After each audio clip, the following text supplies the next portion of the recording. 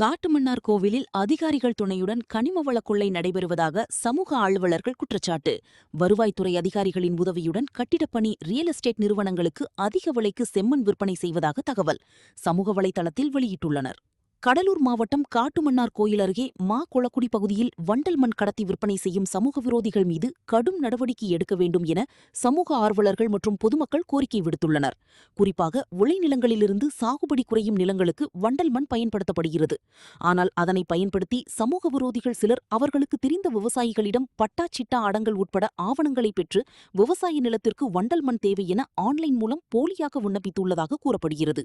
அதனைத் தொடர்ந்து சம்பந்தப்பட்ட அதிகாரிகளிடம் முறையாக அனுமதி பெறாமல் கொளக்குடி கிராமத்தில் தனியாருக்கு சொந்தமான விளைநிலத்தில் இரவு பகலாக திருட்டுத்தனமாக வண்டல் மண் என்ற பெயரில் செம்மண் கடத்தலில் சமூக விரோதிகள் ஈடுபட்டு வருகின்றனர். குறிப்பாக டிப்பர் லாரி டிராக்டர்கள் மூலம் திருட்டுத்தனமாக எடுத்துச் சென்று லோடு ஒன்றுக்கு 6000 முதல் 10,000 ரூபாய் வரை விற்பனை நடைபெறுவதாக குற்றச்சாட்டு எழுந்துள்ளது.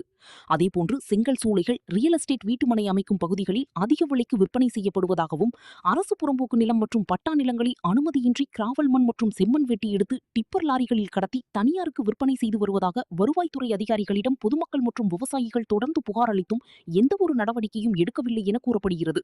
குறிப்பாக வருவாய்த்துறை அதிகாரிகளின் உதவியுடன் இந்த கனிமவள கொள்ளை நடைபெறுவதாக சமூக ஆர்வலர்கள் குற்றச்சாட்டை முன்வைத்து செம்மண் வெட்டும் வீடியோ காட்சிகளை சமூக வலைதளத்தில் வெளியிட்டுள்ளனர்.